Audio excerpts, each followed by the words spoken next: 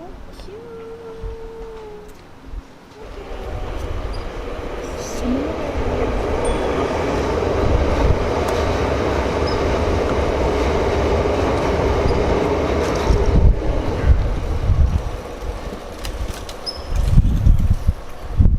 It's a busy day at the canal today because it's a Saturday. Everyone's out biking and running. We're gonna go get some food. And coffee. Which is really what you were trying to get at. Two types of people on a Saturday morning. And then, so cute, this morning my grandma called me and was like, oh, do you guys have mooncake to eat? If you want mooncake, just buy them and I'll sponsor you. I'll sponsor you. She means it like, I'll gift it to you, you know, not actually. So cute. That's cute. Hey, can we have a spot for two? Yeah, inside or outside? Could we like sit right there? I've just got to, when you sit down, there's bar food on the table. Try yourself in. Molasses-like syrup obtained after condensing juices of fruit. Oh my god, their pancakes have tahini, clotted cream, and pistachios. Pistachio. Yo, that sounds good. What's a pekmez?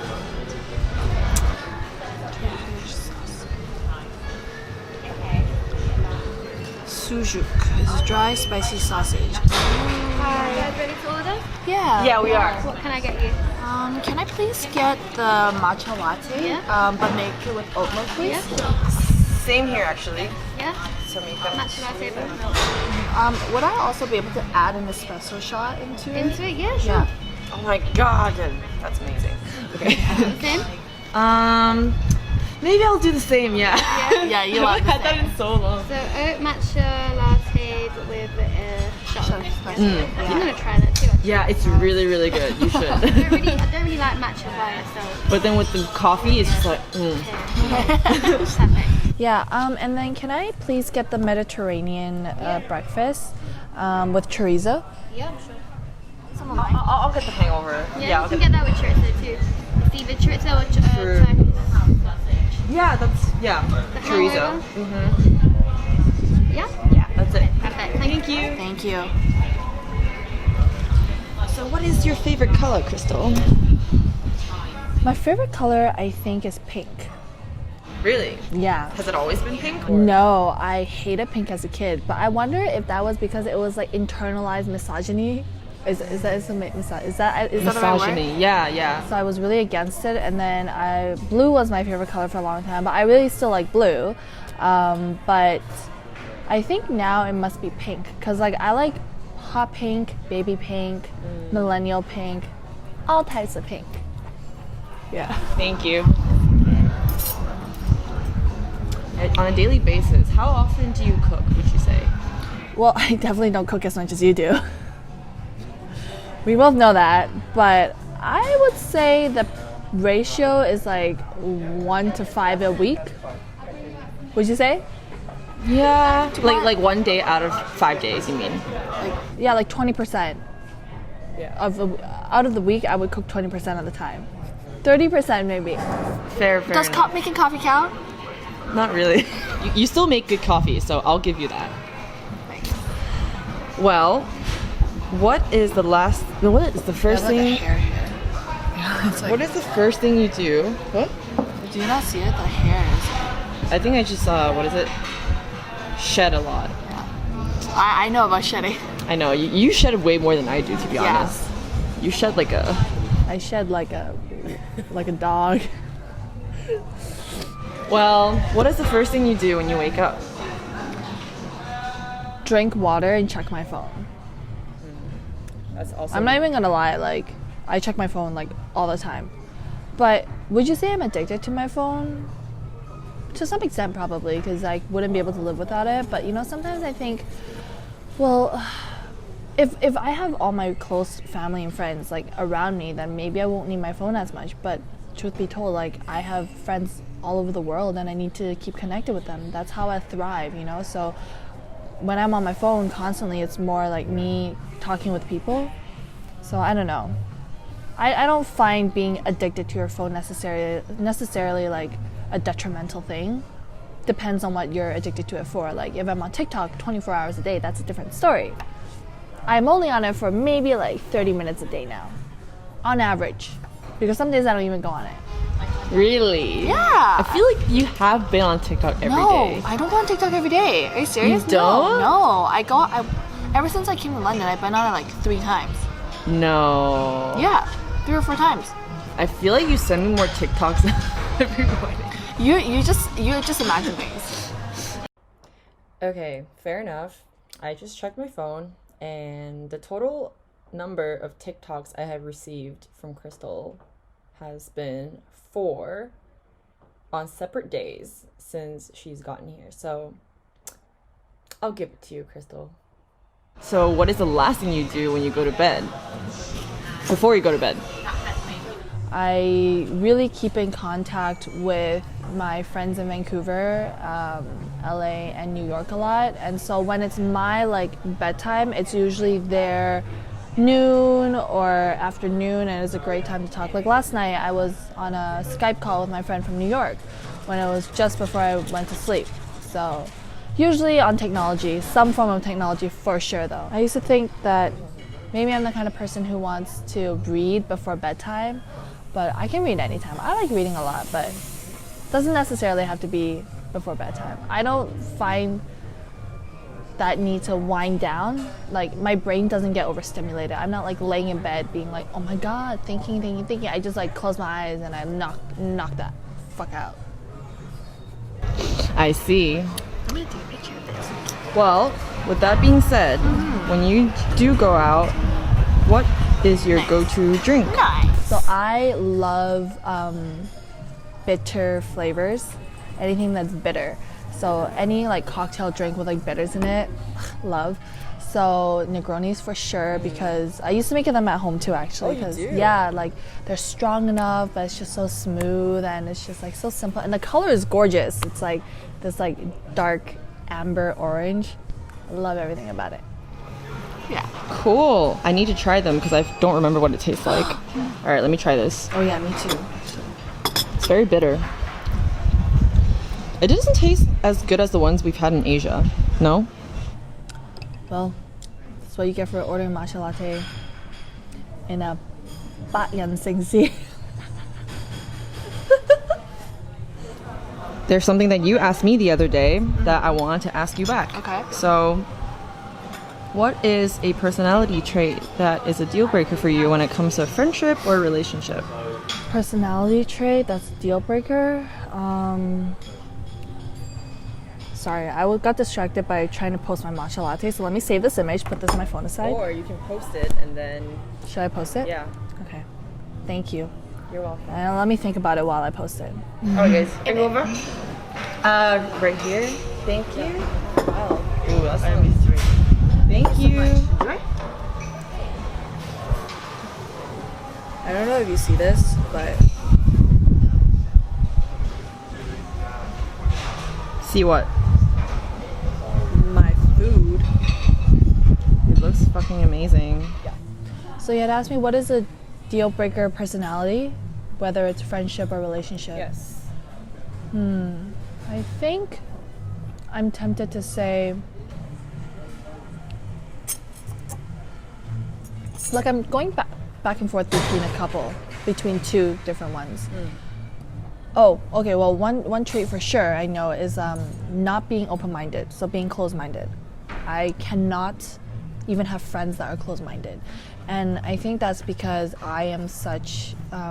Even if somebody comes to me with like an opposing opinion, I always try my hardest to try to understand it from their point of view, no matter how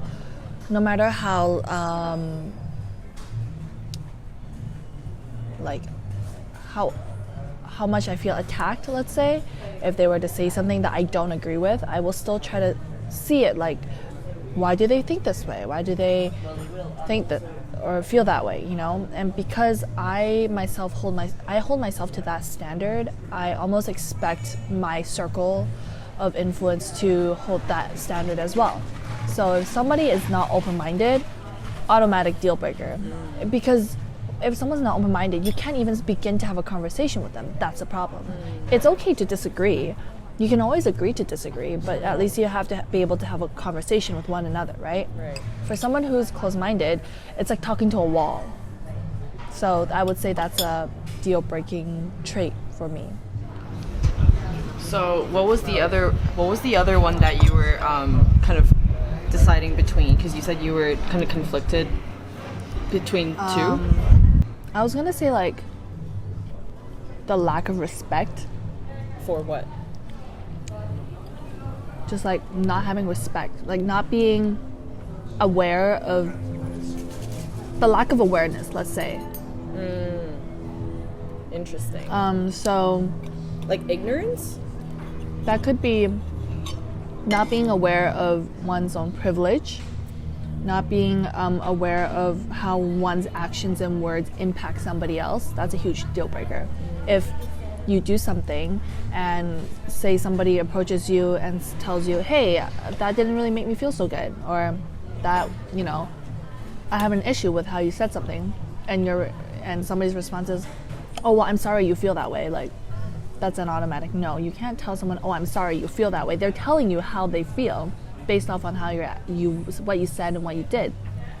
Your appropriate response should be, I'm sorry, not I'm sorry that you feel that way, because that's just shitty. It's kind of like discounting. It's like gaslighting. Invalidating their feelings. Yeah. It's like gaslighting almost, yeah. So I think I said lack of respect because for me, one of the personality traits that I hold to the highest regard, not personality trait, but characteristic that I hold to the highest regard is respect. Because I believe that if you respect somebody, so many of your good traits follow that. So for example, I respect you, so I'm kind to you, I'm compassionate to you, I'm empathetic to you, I will, like, all the good traits that come with me is simply because I respect you. And I've noticed that when you don't respect someone, you will lose all your good intentions, right? True. That's how I feel. That's a good way to put it, I think. But like, yeah, that's the thing. It's like not really a personality trait. It's just more like a characteristic, maybe? I don't know. What would you call it? You're not kind of excluding anybody from being able to be a good person. It's like anyone can be a good person, right? So it's not about like personality. It's just about like being a good person. Attitude, maybe? Right? Yeah. I like that. How's your food? This honey and clotted cream on the bread, so good. This is a rare sight for me. I don't eat breakfast. But I woke up hungry today. What a rare occasion, indeed. What is something you would like to accomplish by the end of 2020? Find a job. Relatable. I mean, it's almost hitting a month of it's almost my 1 month anniversary in London. And I'm taking this month to relax, chill out. But I think that by the end of the year, I should score some sort of opportunity, whether that's an internship or job, you know. Yeah. So that's like a tangible goal that I would definitely like to work towards. Yeah. I think you see, I'm the kind of person where I don't really set goals. I'm not gonna lie. Like, when the new year rolls around, I'm not the kind of person to be like, New Year's resolution. yeah, because for me, like, whenever I feel it, I'll just set my heart out to do it. And maybe one can say that, oh, I lack focus because of that. But once again, so far it's worked for me. You know? And I think everyone has different approaches, you know, and if it works for you, it works for you. Exactly. I'm just, I guess, hyper aware of how other people can perceive it. I think so. I completely agree with you with that. I think the same for me, actually. I don't care. It's not going to change my mind. However, I'm just hyper aware. It's like you can think however you want, but this is how it works for me. But I still know what you're thinking. Yeah. I'm like the exact same. The difference for me is like sometimes knowing that can almost make me hesitate before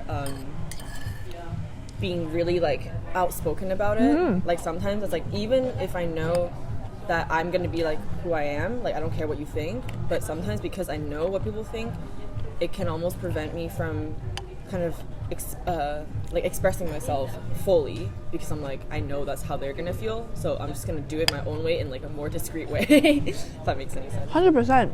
Yeah, all the time. And I think it's funny you mentioned that. It's kind of like my move to London. Like, I'm pretty sure most of my friends know I'm here now, but I also did it in a very discreet manner, just because, I don't know, some things it's just not up for discussion with other people, you know? It's like you don't need to know their opinions. No. They're just gonna know what you're doing, and that's it, you know? Yeah, I don't, it's like, don't give me your opinion unless I ask for it.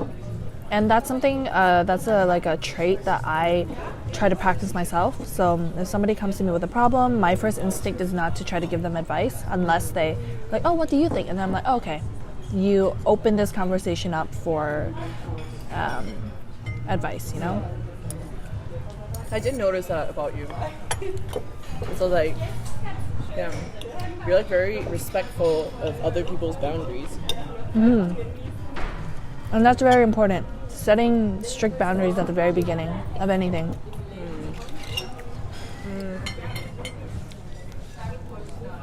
So I know that you were born in Canada and you grew up there for a little bit, and then you went back to China in middle school.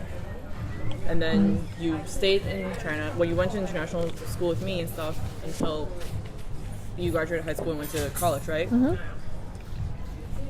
So my question is like, what part, like, how would you describe your cultural identity? And do you feel like you have tendencies towards one part of each culture, or like not? I think I am very culturally Chinese, and by that I mean my values, my morals. I'm very collectivistic, and in that sense I think I'm very Asian. However, my growth was always influenced by Western pop culture. Yeah. And so, unlike you though, I was actually in the West, right? And so I had that kind of influence as well, but I don't know if it really had that big of an impact, simply because I was so young when I was over there. Yeah. Like honestly, going back to Vancouver in college, it felt like a new city, because of course I'm rediscovering everything, you know, everything has changed so much. But anyways, I would say, but you know what's funny about that question is, even though I feel very Eastern, I once was on a date with a guy who was asking me about like where I grew up and everything, and so he asked me that question. He was like, oh, so do you think you're more like Eastern or Western? And I was like, I think I'm more Eastern. And he was like, really? Because I think you're more Western. And I was like, interesting. What makes him say that, do you think? He didn't really know me that well. It was like a second date or something. So maybe it was like a first impression. Yeah, first impression kind of thing. I mean, the way I speak, carry myself, and all that is not like a timid Eastern way of doing it. Like the thing is like, oh, 係好要面嘅. Like that is a huge thing for me, but that's because my mom is the same way, and she influenced me that way. So 好要面, which is a very Asian thing. But at the same time, like sometimes like I don't give a fuck. So that's a very hard question. I think it's very much on a spectrum, and it's not about staying on one end, but about being able to fluctuate. It's like a rocking boat, you know. Sometimes when times are more turbulent, you're like, what am I? And then sometimes it's more steady, and you're like, oh, okay. Sometimes you can like, I know that part of me is very, but then sometimes you're like, I don't know. Like, it's like so well blended that it's not like there's one thing you can just pinpoint. That's exactly it. It's so well blended, and it really is. I think it's very well blended. Because like I think that that person probably judged you by your appearance. Is because like appearance-wise, like we don't have that kind of stereotype. Like we don't fit the stereotype of somebody who's more Chinese, for example, or like whatever. So it's like that makes. So that's why I think we can be misunderstood so easily. I once had a date ask me, what holidays do I then celebrate? And I thought that was a really interesting question. So I told them that I celebrate more Chinese holidays. So I like to celebrate Lunar New Year. And I like to celebrate Mid-Autumn Festival, which is coming up. I'm gonna get mooncake and lanterns. It's so exciting. And I was like, yeah, well, I like to celebrate them because for me, like, when I used to celebrate it, I would celebrate it with my family, so it felt a lot more personal.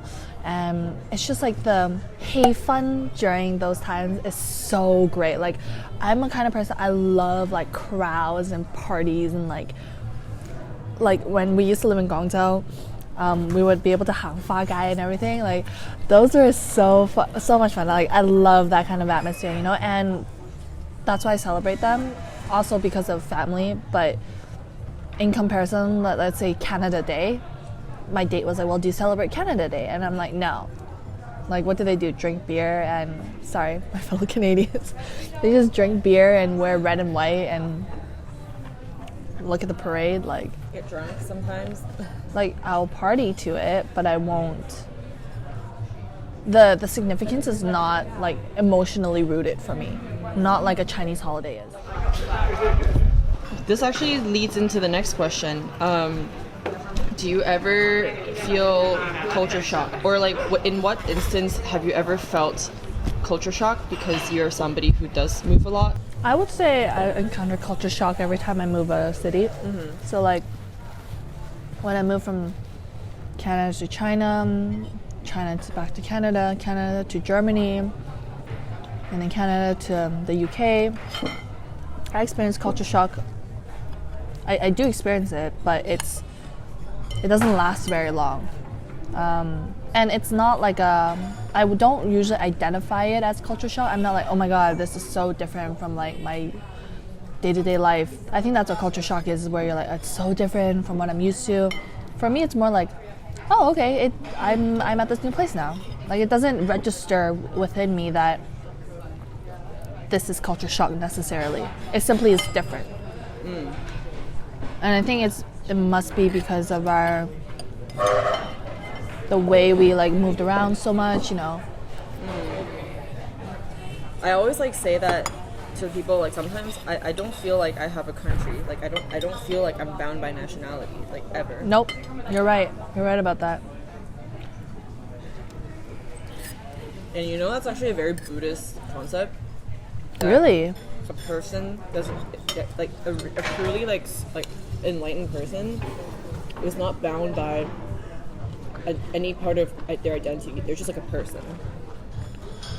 That's how they're able to cope with anything that happens to them, because like they're not, because the idea that everything is impermanent and change is the only constant is kind of like how you're able to be happy. Like, Wow. Like, so then Maybe I'm unknowingly Buddhist then, because that is really how I try to live my life. I'm like, nothing is permanent.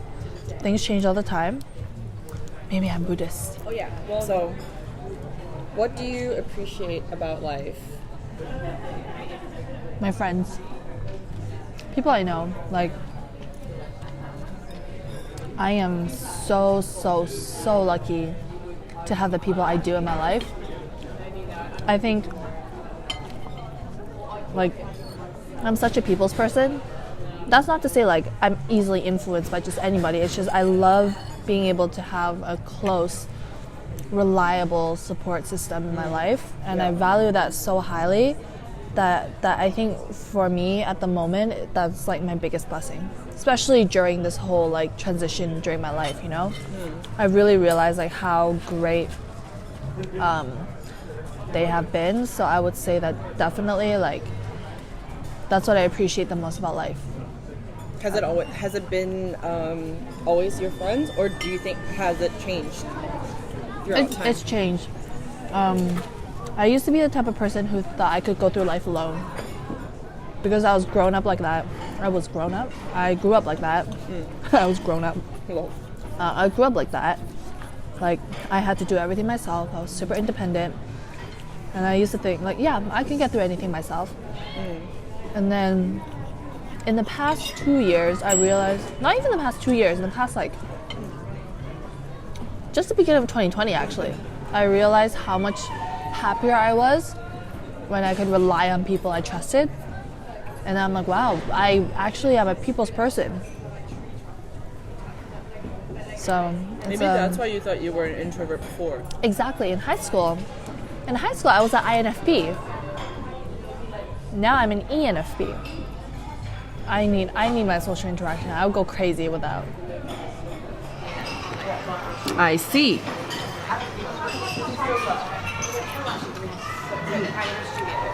Are you almost done with that? Oh yeah, you are.